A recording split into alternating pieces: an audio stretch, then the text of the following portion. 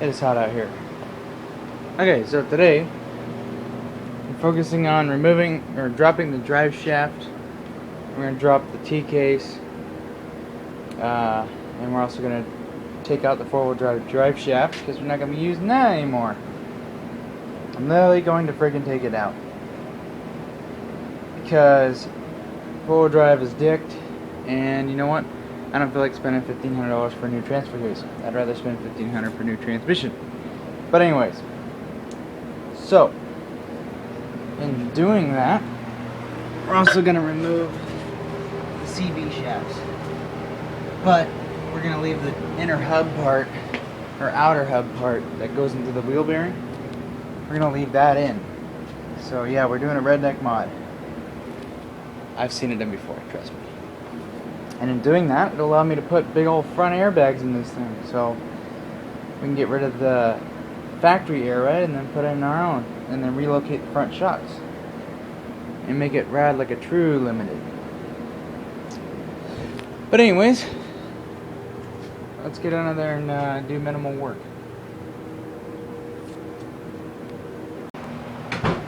Alrighty, so we're working on removing the four-wheel drive. Got the CV shaft out. Now we're just modifying so we can put the drive part in. Now, here's for the main entertainment. Alright, it's kind of like civil engineering, except more digger. Yeah. Holy shit.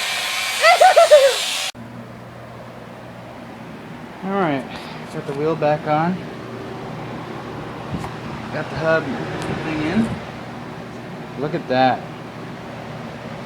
Just spins forever, man. Now playing the bearing. She's nice and solid, just like earlier. Except, yeah, we don't have a shaft in there anymore. Alrighty, now the other side. Okay, sorry this hasn't really been a step-by-step process. Kind of hard for me to do when it's been the first time me working on this. So we spent most of the day getting the front differential out. Yeah, that's gone.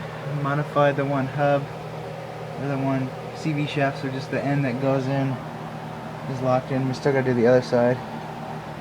That's what that cutting was that you saw earlier. So basically, if you on the differential here, you have a shaft or U-joint that you gotta take it apart.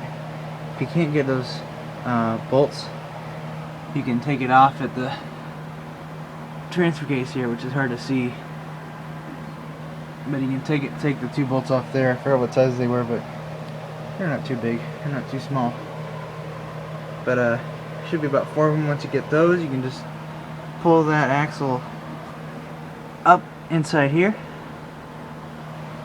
Undo the clamps for the boots on the boot on the shaft that sits up here, and then the slip joint will let that come apart, so you can pull the shaft out and then pull your differential out. And the easy way to do it is to obviously have a second person, but leave this CV shaft in, and then kind of get it so this will come out, and then just slide it out that way towards the passenger side. So yeah. Anyways, we got lots of room under there now. And I got lots of room for like a transmission cooler or something under there. But yeah. This differential sure stinks. Here, let me get a light. This is that light that was blinding you guys. Yeah. Here's the other side. Better look under there.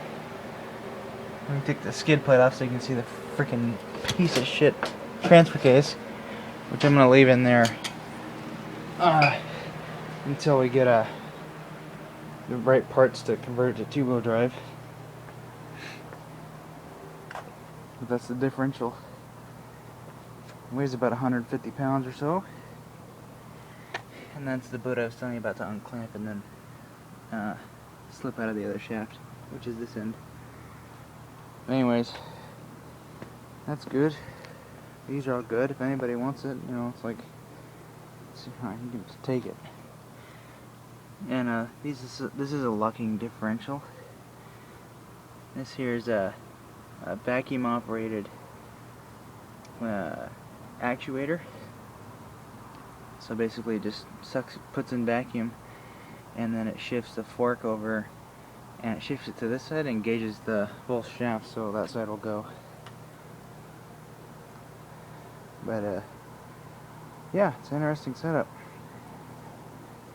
But I know this works. The differential doesn't, or the transfer case doesn't work in auto. And that's the only real problem. But other than that, that is out. We got quite the weight reduction now. The only thing I gotta do now is just in case, is to plug up the 2 vacuum lines that go to that. I'm gonna plug those up, and that way they won't cause any problems if they're live lines, which I don't think they are. But anyways, I'm gonna shut this water off. I think that's still on.